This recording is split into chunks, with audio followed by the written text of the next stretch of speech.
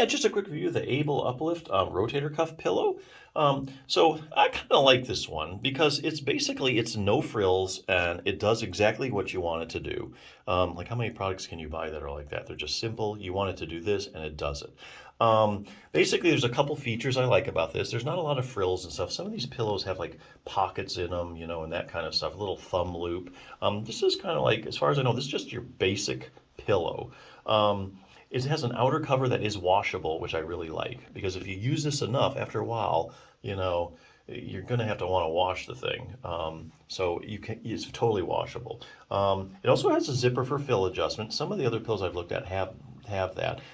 That's always good though because and how does that work? Well, basically, let's say you get the pill and you're like, whoa, this thing is like way too puffy. Like my arm is really out to the side too much, way too puffy. What you do is you get the zipper, you unzip it, and you start taking out some of the fill, the stuff that makes it puffy.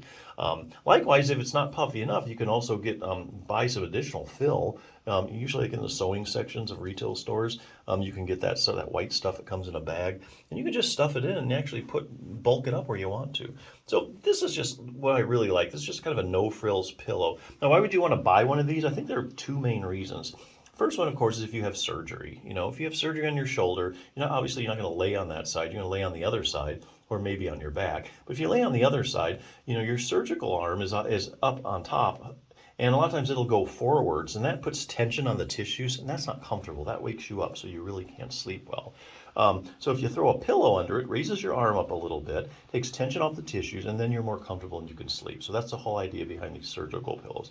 The other thing is, hey, if you're just a side sleeper, and you need something to support your arm because you're going to be more comfortable that way, this is just a really good choice. Like I say, it's no frills, it's the right shape, it just fits right under there. You're laying on your side, throw it under there, support your arm. If you want to roll over a couple hours later or whatever in the middle of the night, you can easily take it out and just put it in the other shoulder real easy. So this is what I like. This is like a no frills shoulder pillow. I really like it. Now, if you do have shoulder pain and you're looking for a good resource or a rotator cuff tear, like you're not sure what to do, this is actually one of the better books that I've checked out. The 6-Minute Torn Rotator Cuff Solution. It says for seniors, but honestly, if you're a high-level athlete, the same program will work fantastic for you. It's just such an evidence-based program.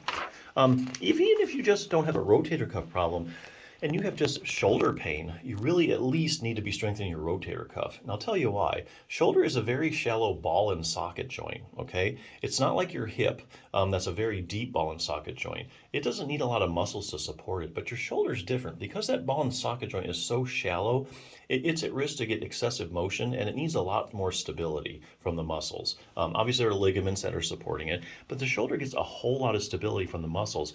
And guess which group of muscles super stabilizes your shoulder joint? That'd be the rotator cuff, group of 4 muscles. So here's the deal. If you have something like a tendonitis or you have shoulder arthritis, if you don't have a strong rotator cuff, you're going to get excessive motion in that joint, even if it's a matter of millimeters, which it usually is. That's going to aggravate structures in your shoulder. So if you have a tendonitis, bursitis, you need a strong, stable ball and socket joint. So things don't move around excessively, you don't get excessive motion, and they irritate these things. Get good, strong shoulder stability, things don't get irritated in your shoulder, you got a lot less pain. Plus, your shoulder is just going to be more stable and stronger.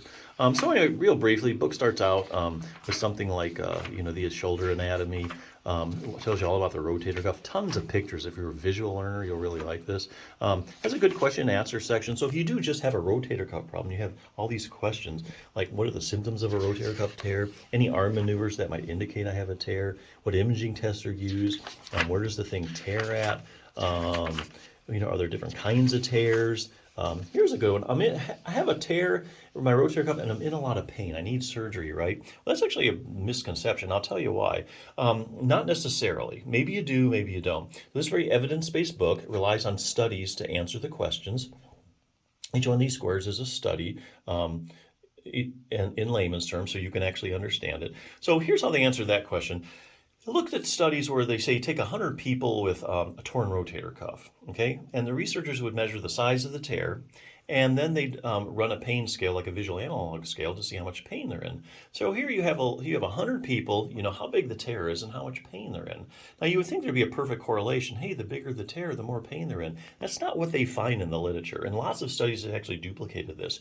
What they find is there's actually a certain percentage of people that are walking around with a big rotator cuff tear and no pain. So the asymptomatic rotator cuff tear is a real thing in the literature.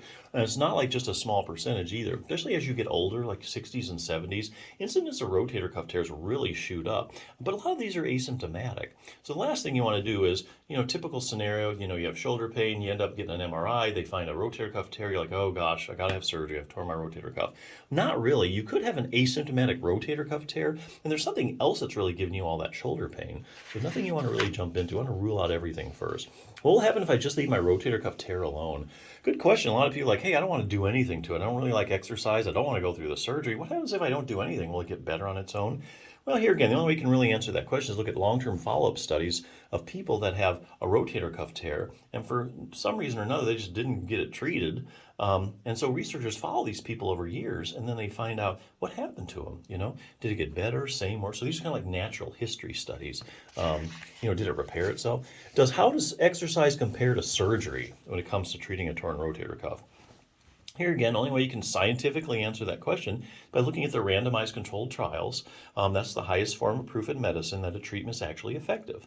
So what they do is they take like 100 people with a rotator cuff tear, 50 you'd randomly assign to surgery, the other 50 you'd randomly assign to a good exercise program, then you follow them over time. So let's say at 2 years, who did better, the people that had surgery or the people that did a good exercise program?